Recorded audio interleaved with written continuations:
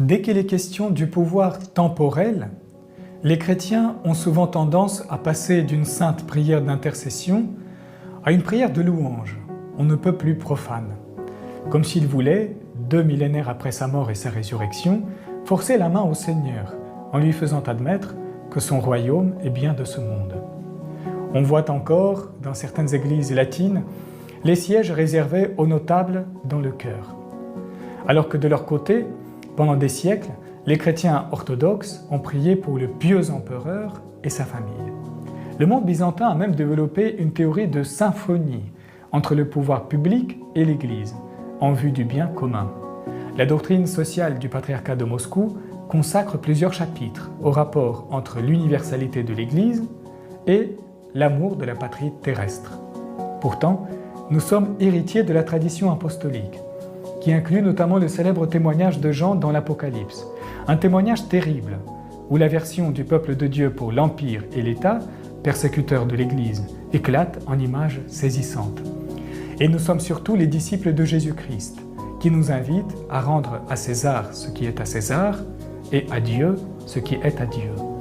Pourquoi dès lors les chrétiens sont-ils tentés de voir si régulièrement en l'État la continuation de l'Église par d'autres moyens? Que signifie cette séparation entre le temporel et le spirituel voulue par le Seigneur et la version joannique pour l'Empire pour les chrétiens orthodoxes aujourd'hui? Avons-nous vraiment une patrie sur cette terre? Si ces questions vous intéressent, restez avec moi et soyez attentifs.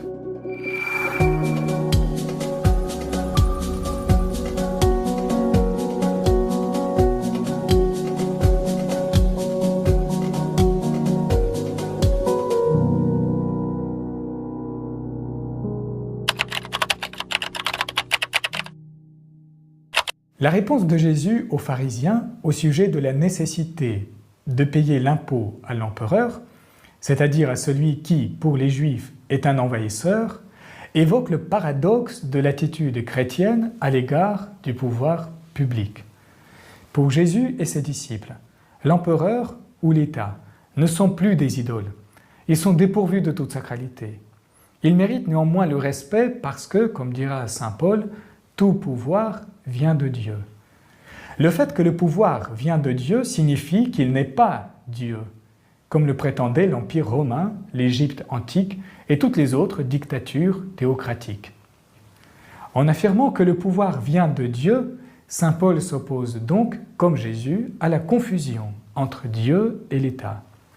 L'attitude apostolique à l'égard du pouvoir public peut être qualifiée, à mon avis, d'indifférence respectueuse. Le chrétien se soumet aux lois publiques et respecte l'autorité de l'État.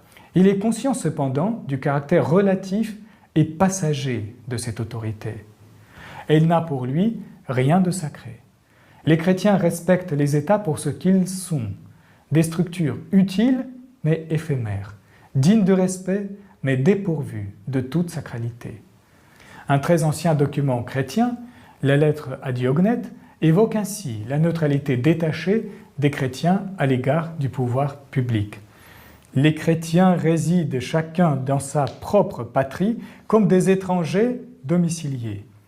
Ils s'acquittent de tous leurs devoirs de citoyens et supportent toutes les charges comme des étrangers. Toute terre étrangère leur est une patrie et toute patrie une terre étrangère. Ces paroles résument parfaitement l'attitude des chrétiens à l'égard des pays, des nations et des États. Elles renvoient à la célèbre déclaration de saint Paul dans la lettre aux Philippiens.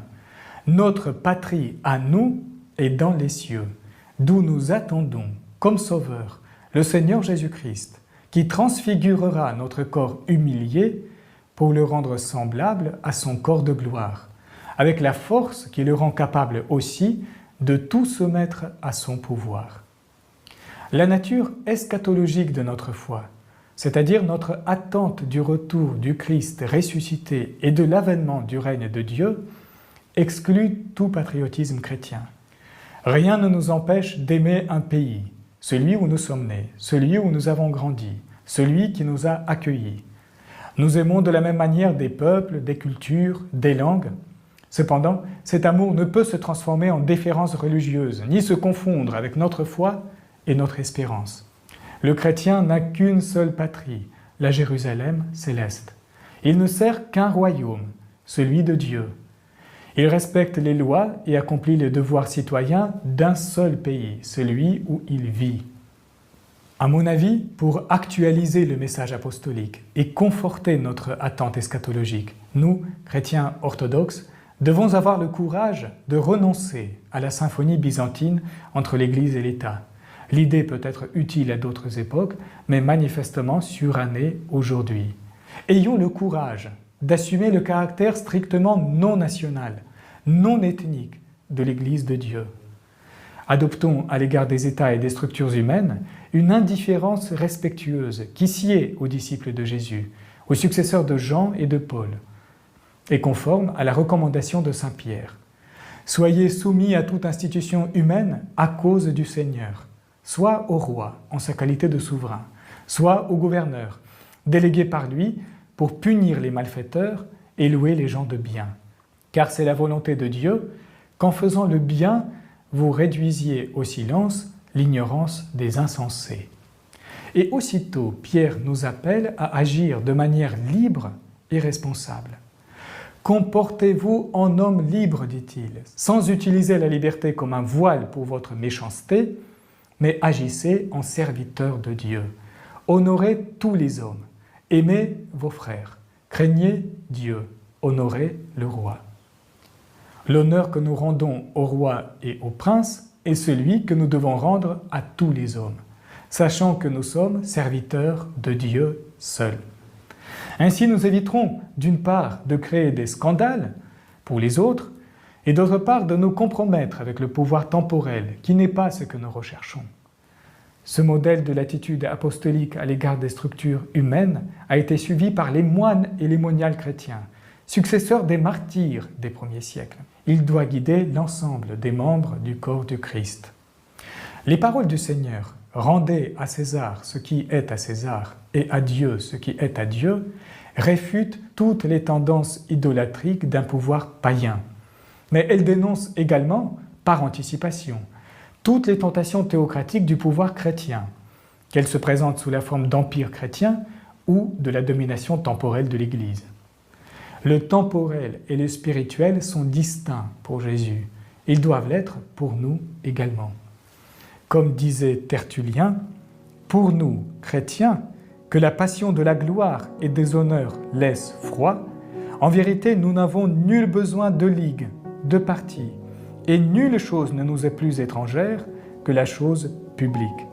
Nous ne connaissons qu'une chose publique, commune à tous, le monde. » Nous sommes encore aujourd'hui bien loin de la simplicité évangélique de Tertullien. Si nous ne sommes pas habités par la passion de la gloire, il nous arrive de lui accorder, avec notre respect ou notre admiration, une part de notre ferveur. Si les honneurs nous laissent froid, c'est surtout quand d'autres que nous, en particulier ceux que nous jugeons non-croyants, les revendiquent. Quand nous finissons par comprendre que nulle chose ne nous est plus étrangère que la chose publique, c'est quand nous-mêmes lui sommes devenus étrangers. Il est encore et toujours temps pour nous de partir à la rencontre du monde en refusant la médiation des pouvoirs qui prétendent nous introduire à lui. Il est temps de le regarder en dehors du prisme des institutions devenues les idoles du monde civilisé. Il est temps de le soustraire au pouvoir temporel toujours parent de la malédiction à laquelle il entend mettre fin. Il est temps de le remettre au pouvoir spirituel, entendu comme pouvoir transfigurateur et salvifique du Sauveur, un pouvoir qui s'exerce au travers de notre liberté, dans l'expression de notre amour.